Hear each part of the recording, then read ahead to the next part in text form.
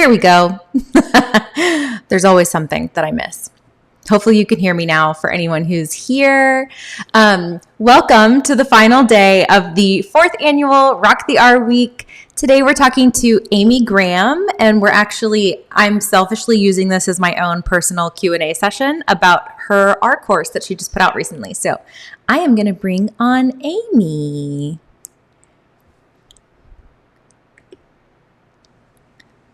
Okay, let's see. All right. Can we hear you? Yes. I can hear you. I can hear you. This is wonderful news. That worked like it's supposed to. That's a relief. Okay. So this is Amy Graham. For anyone who doesn't know, Amy is a speech language pathologist and owner of Graham Speech Therapy, a private practice in Colorado Springs that specializes in pediatric speech sound disorders. She received both her bachelor's and master's degrees in communicative disorders from California State University, Fullerton, and has been an SLP for 25 years, which is like, you don't look at Amy Graham. You look like my big sister. I love it. Amy provides professional... Got those good genes. Amy provides professional development on various evidence-based practices regarding the assessment and treatment of SSDs, and is the creator of numerous SSD-specific assessment and therapy resources. She has been a guest on numerous SLP podcasts and has a particular interest in supporting and equipping SLPs by posting frequent therapy videos and practical therapy tips on social media platforms, which if you have not come across Graham Speech Therapy, are you even on social media? I don't know. Probably not. Well, welcome, Amy. Thank you so much for joining. Thanks, Lindsay. Thanks for including me yet again. I was going to say, I love doing that. I think that you're the only one that I've had every single year, which is... Wow, I'm honored. I'm honored. I appreciate it. So I'm going to... Thanks for having me. Well, absolutely. I'm excited to talk to you because, so you just put out it's 2 hour, yeah? It's a 2 hour course? Yeah, it is. Okay. I did watch it. I was just making sure I was saying it right. So it's called Let's Get Real, Practical Tips for R Remediation. I really enjoyed it, and I was enthralled the whole time, like I always am when I hear you speak. And I was taking lots of notes, and I was like, can this be our topic for Rock the R Week? Please, Amy Graham, because you said a couple of things that I just want to ask you about. They've like really clicked for me, I feel like. Yeah, totally, definitely. I think that's one of my pet peeves is when you go to like any kind of a professional development and you walk away thinking, okay, but how do I implement that? Like, okay, but what do I do on Monday when I see my kids? So Right. I was hoping that it would be some practical stuff that SLPs can just take back and maybe get those neurons firing with maybe some new things that we haven't thought about before. So I'm dying to hear what your questions are. Okay. So, well, I think you achieved your goal in your mission in creating that course. So I'll just throw that out there. But so in one section, when you talk, this is earlier in the presentation, and you talk about distortions versus substitutions. Mm-hmm. So that all made sense. But you mentioned something about older students that I had just never thought of it this way. But then when you said it, I was like, duh. That makes so much sense. But sometimes I'll have an older kid and it sounds like they're saying a W. And you mentioned that it's possible that they used to be a glider that habituated that motor plan. So it's not actually phonological for them. It's articulation? Well, or that it isn't. So in my mind, it's not necessarily this clear-cut binary every time. I feel like when you get these kids, often you can't. Like if you get the 4-year-old who says the wabbit, jump down the street, it's a W, it's gliding, it's consistent. They're probably doing it with L2. Mm-hmm. That's kind of easy to identify, right? You're like, oh, yep, that's gliding, obvious W substitution, versus those like 8, 10, 12-year-olds who aren't saying a W, but it's not an R. Mm-hmm. It's like this, the rabbit, right? They're not saying wabbit, it's labbit. Their tongue's in the wrong spot. That's a distortion. I Mhm. treat that completely differently. And so I think where you were kind of what you're talking about is when sometimes we do get those 8, 10, 12-year-olds who say wabbit. Mhm. And it sounds phonological because it is this obvious W substitution. But my point is, by the time they're 8, 10, 12 years old and they're still doing W for R, it may not just be phonological, or what may have Mm. started out as phonological, if that R was not remediated and it didn't correct on its own, or they got inappropriate intervention, which happens sometimes. People try to treat a phonological deficit from a different, like, oral motor, not the right way to treat that. And so these kids continue on their road with this W substitution. But now, not only is it just this obvious substitution, it's habituated. It's like when Mhm. the child sees the letter R, they know what to do, and it's whoa, like this. Right. And so now you kind of, maybe it's not quite phonological and it's more motor based. It's almost like this sliding scale. So Uh-huh. for me, even those older kids who might sound phonological, even if you're analyzing the Goldman Fristo and you're looking at all those errors to see, is this a consistent phonological type error? It might be, but I think we Mhm. also have to look at their age. We can't just Yeah. automatically assume, okay, I'm going to do minimal pairs with this kid. And you do that with a 4, 5, 6-year-old, eventually they'll probably start to get that R sound. You do that with an 8, 10, 12-year-old doing minimal pairs, even if they sound like a W that they're substituting, it's probably not going to be super effective because you're not also addressing the motor component of their error. Does Right. that make sense? Oh yeah. Yeah, yeah. It totally makes sense. And I just had not thought about the possibility of it having glided so long that it's possible that even though it's not still a phonological pattern, it has cemented itself as a motor plan in their brain. And I know Yes. you talk all the time about cognitive reframing, and so it makes sense to me like why that would be so powerful for a kid like that, which is what I feel like you were kind of talking about just a second Yeah, ago. Yeah. exactly. Yeah. And I have this much literature to refer people to in regarding this. Like I Mhm. can't say, so and so in 2019 referred to, Right. this is phonological versus motor. This is just based on my clinical experience.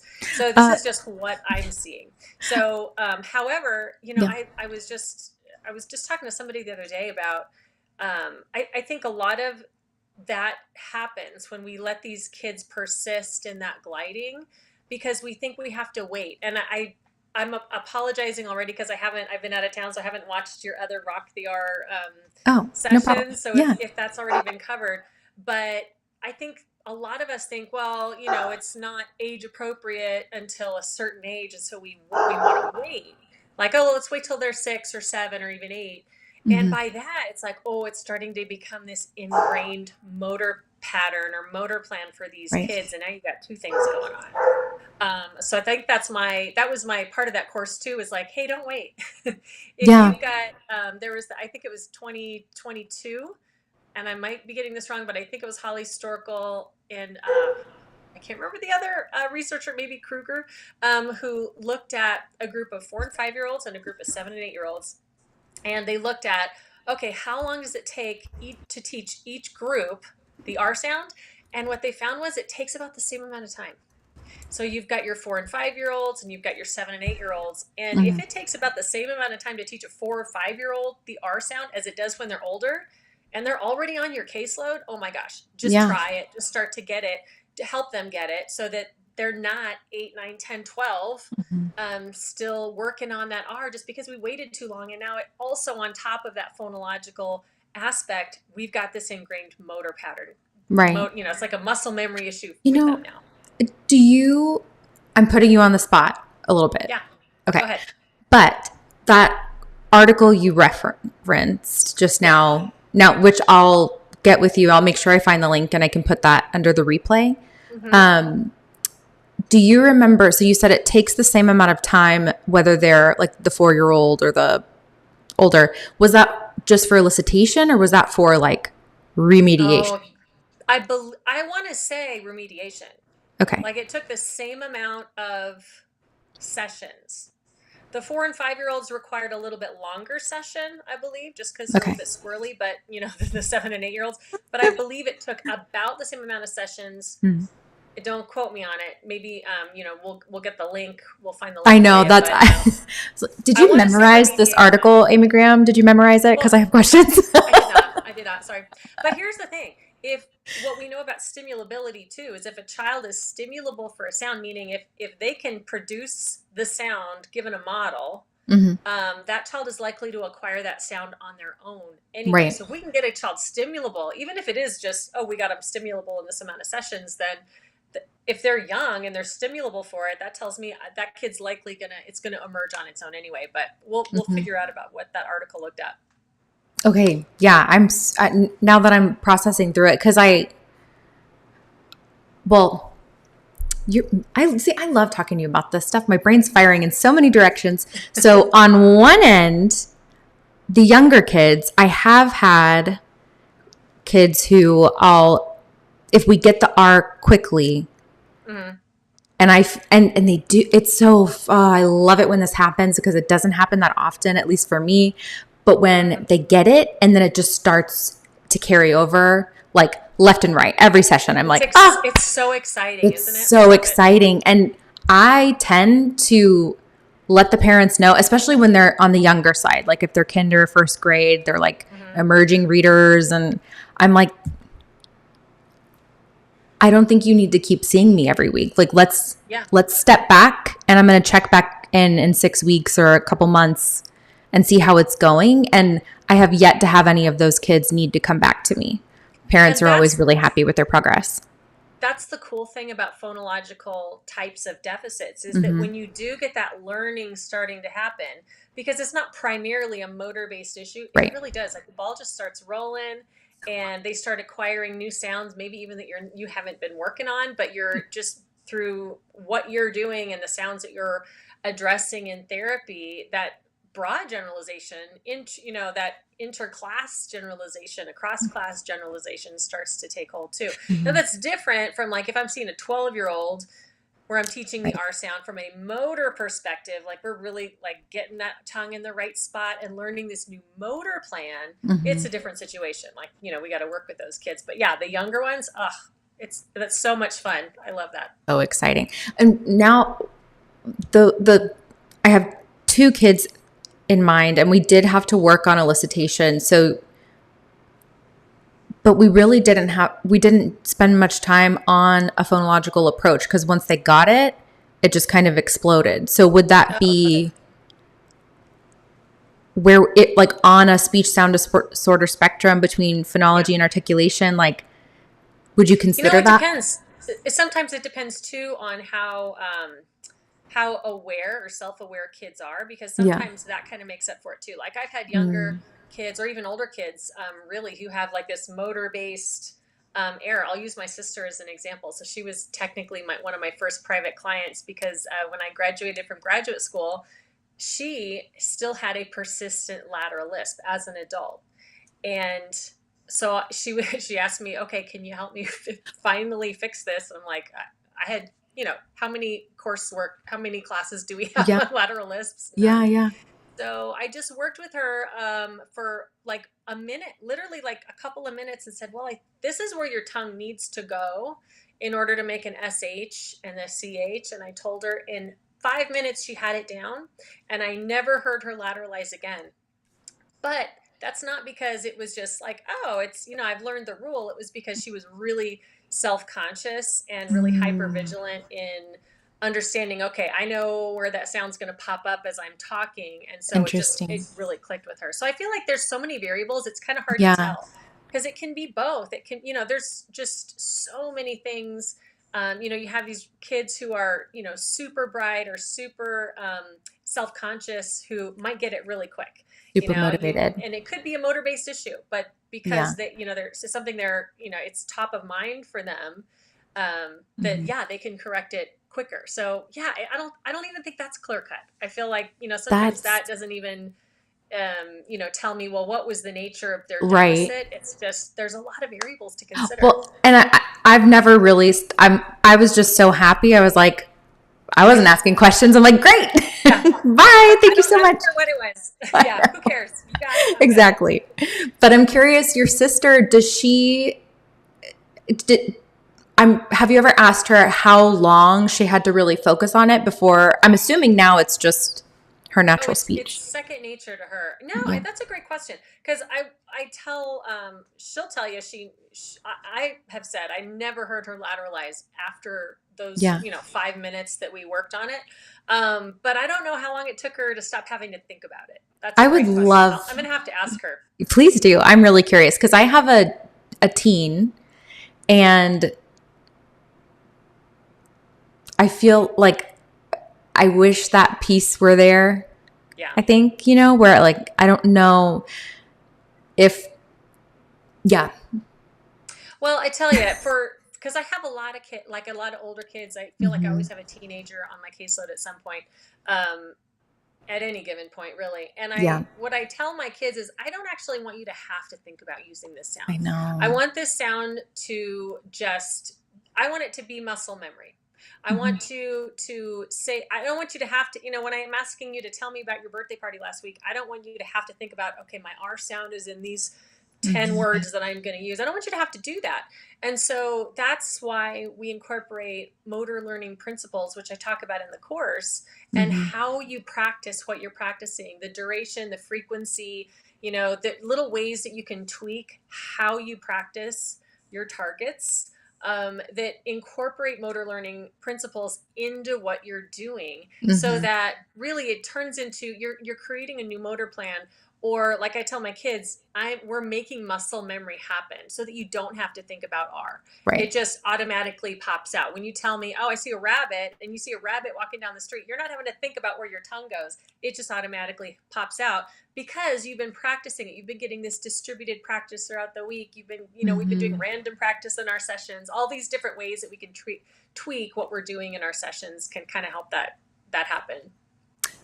What advice would you give to a very hypothetical SLP, a friend who has a teen client? And Amy, Yeah. I know and love principles of motor learning. I really do my best to incorporate those, and I use the speech motor training website like Yeah. my life depends on it, and but I'm just not seeing it Well, with a here's the thing, teenage and client.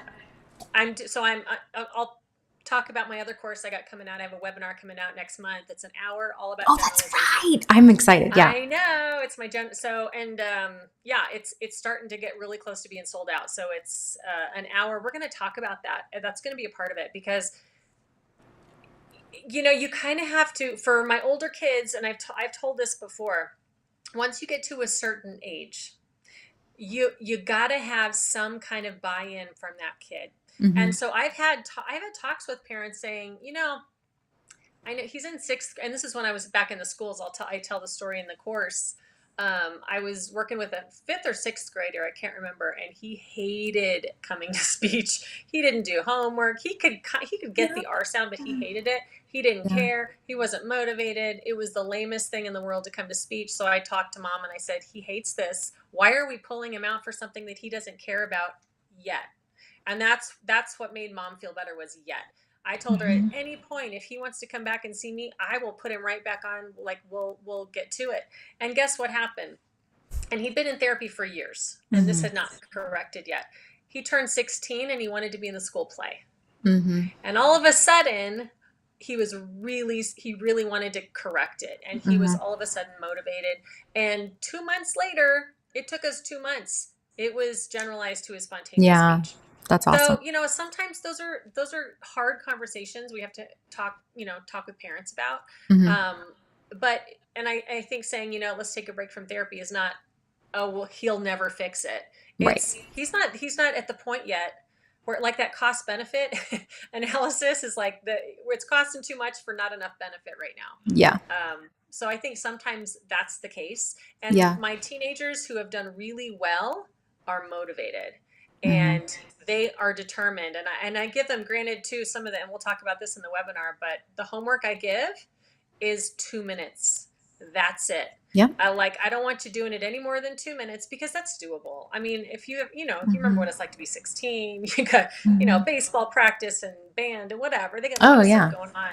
But it's like you can set aside 2 minutes, put your timer on and do it accurately, do it quickly because I want it to start to get easy for them. So there's Hmm. some things if kids are remotely motivated that you can do to kind of make it easier to practice, because to me distributed practice, meaning getting practice outside of the therapy session, is Hmm. has been the key with those kids. And if they're not motivated to do it, then maybe they will be later on.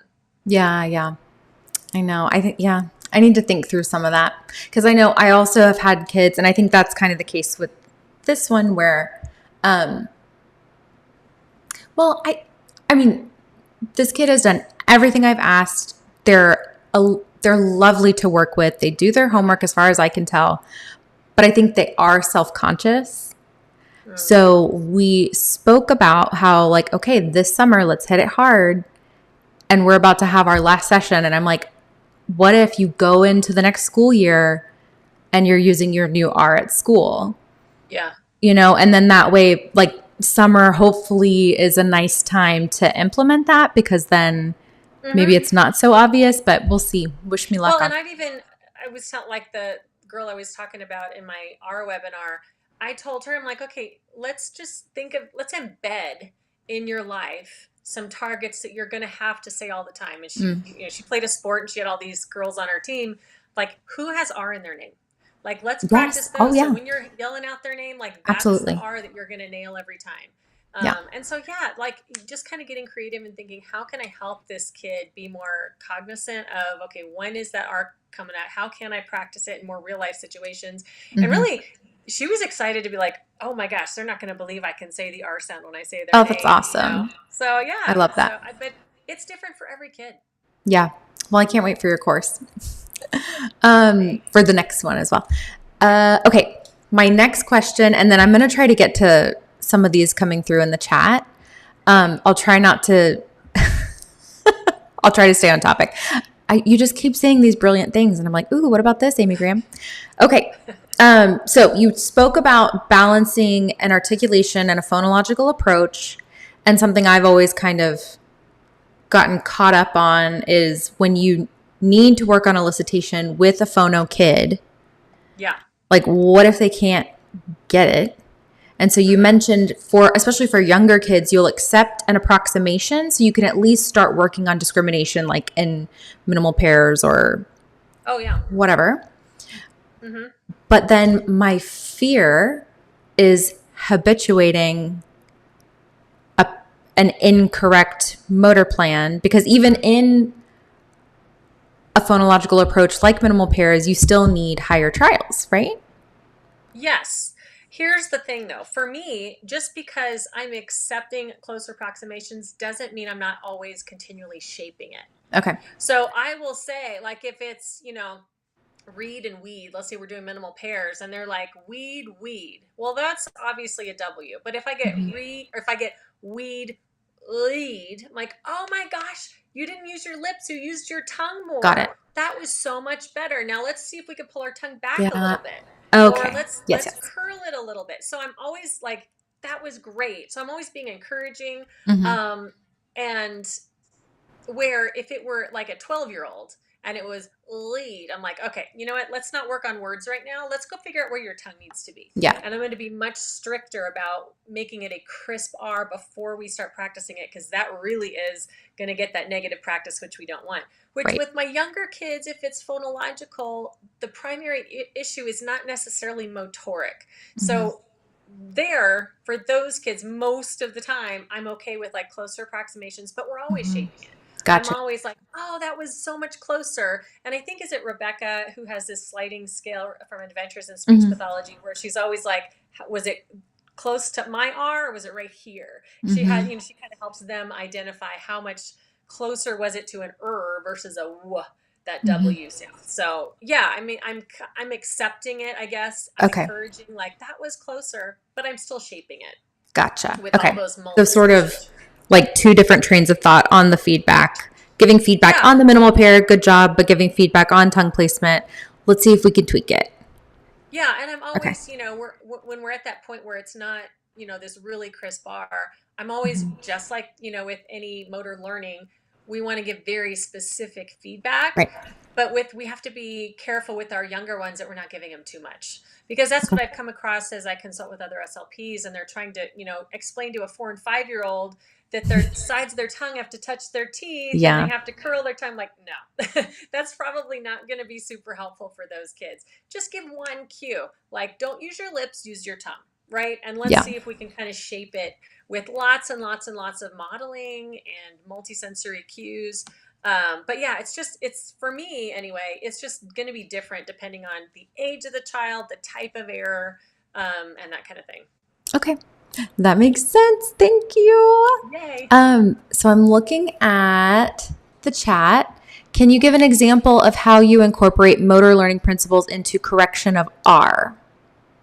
So I think when it kind of depends on what you're talking about. Like let's talk about your 10-year-old that everybody has on their caseload that's got that R distortion. Let's talk about that kid. For me, we have to be able to establish acquisition of the skill. And I think the biggest mistake we do as SLPs is we accept lead for that older kid and we're like, okay, now let's say it put it in a sentence. I lead a book. And I'm going, that is not an R. All you're doing is reinforcing that incorrect production. So my encouragement would be make sure they've acquired the skill first. Mm-hmm. Don't practice words or phrases or sentences unless they know what to do to make a crisp R. Mm-hmm. And that's how I work with my motor-based RTIC kids. And that's why we're bringing out the START app. I'm bringing out like tactile cues. I'm bringing out all, mouth puppets. I'm going to try all my bag of tricks to see, okay, what's going to help them finally get their tongue in the right spot before I even attempt to go to like, let's practice read 100 times. Because if I'm practicing lead 100 times, then all I'm doing is reinforcing that inaccurate production. Right. So if you're doing that right now as an SLP out there, it's okay to go back to the drawing board and say, you know what, let's take a break from those words. Let's make sure your tongue knows where to go for that R sound. Mm-hmm. And I feel like since, at least in the States, we're going back to school, it's a perfect time to start fresh. Totally. Like at a new I've done it with semester. kids before. Yeah. I've done it. They'll come to me and they're working on, they'll bring me their list of, sentences they've been working on. I'm like, don't worry about that. Let's go back to the drawing board a little bit and figure out where your tongue really does need to be. Yeah, for sure. And you will make such quicker progress if you do that. So make sure they've acquired the skill before you start even thinking about generalization. Yeah. Another question came through, and I feel like it really ties in nicely to this, talking about feedback. This other person has a student who basically doesn't want to practice because, well, I mean, I'm sure we could guess. It doesn't really say why, but they just don't want to practice. They're not interested. Do you have any suggestions on how to go about this? Sometimes it depends on the age of the child. So I will get going into second grade. Oh, okay. So that's tricky. I think sometimes talking with them at that age and just saying, hey, so, what sounds are we working on? Does it bother you when you say your sound a little bit differently? And sometimes just opening up and starting there before we just kind of jump into therapy. Granted, I don't know this particular kid or this scenario, but I found even with my younger ones, like second grade, so I think that can be an issue. So like understand where they're coming from. Maybe they're embarrassed to come to speech now. There might be other reasons why. I was going to say something else and then it just went right out of my head. Oh, I know. Sometimes with our kids who are like second grade, we're asking them to do something that's too hard.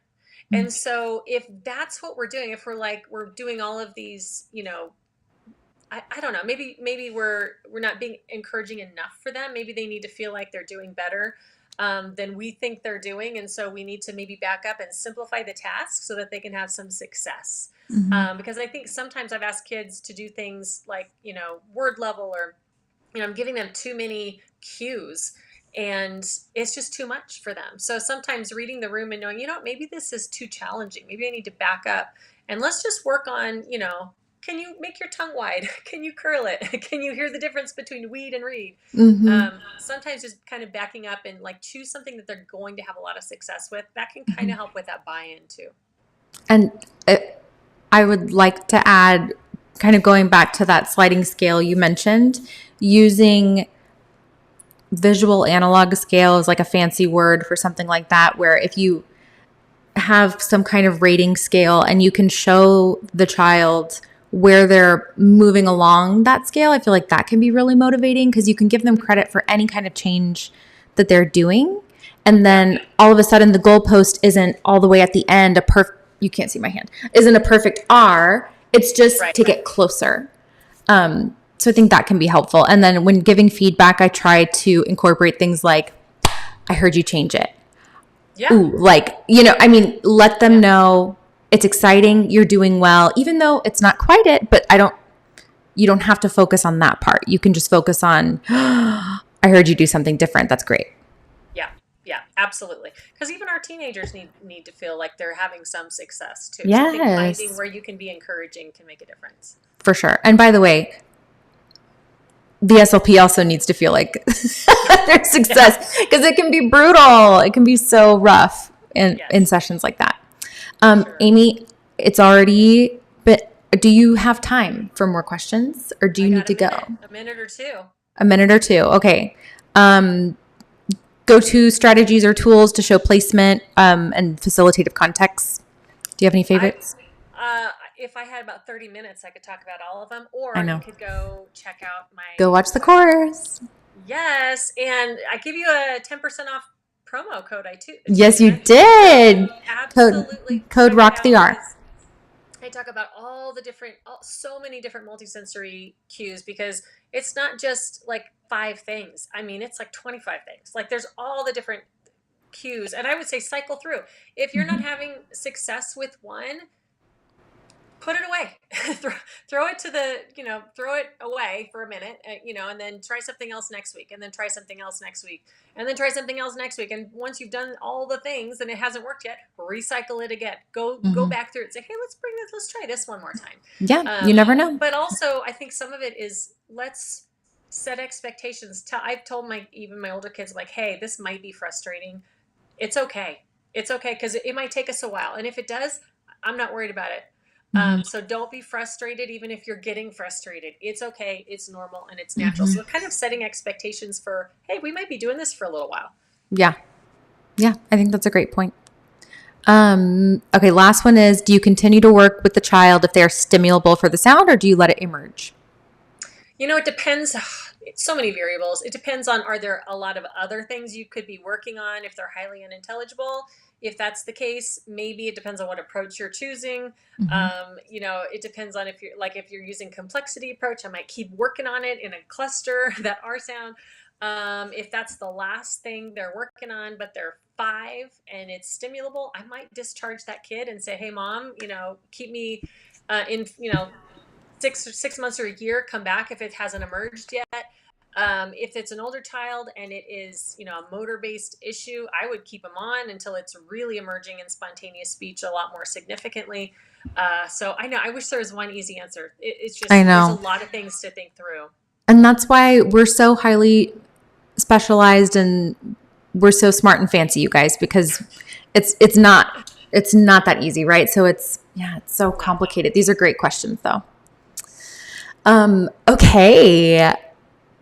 I won't take any more of your time, Amy Graham. I'm pretty sure I heard dinner cooking before you jumped on here. Yeah, I'm like texting my daughter, take the potatoes out. So sorry. No, not at all. They're fine. I'm going to go ahead and declare Karina our giveaway winner for having such great questions because Marsha was our winner the other day. So thank you, Marsha, for being so active in the chat again. But yeah, Karina, email hello@speechythings.com and we'll connect you with Amy and make sure that you get, by the way, you won registration to her Let's Get Real. I'm going to sponsor your registration for watching her course. But anyone else interested in catching Amy's course, code ROCKTHER gets you 10% off through the end of August. So I'll make Yes. sure that I link that in my stories, and I'll put the link in the replay below as well. Perfect. So yeah, make sure you go. Replays are all available at rocktheRuniversity.com. You can download your PD certificate probably starting maybe sometime this weekend. I'll get that set up. But yeah, get your credit for this. Thank you so much, Amy. This was wonderful. Thanks for having me. Super fun. Always fun. Always fun. I love talking to you about this stuff. Same. Okay, that's it. Wow. Okay, Rock the R Week 2024 is concluded. What a way to go out. Thank you so much. Bye, everybody. Bye. Bye.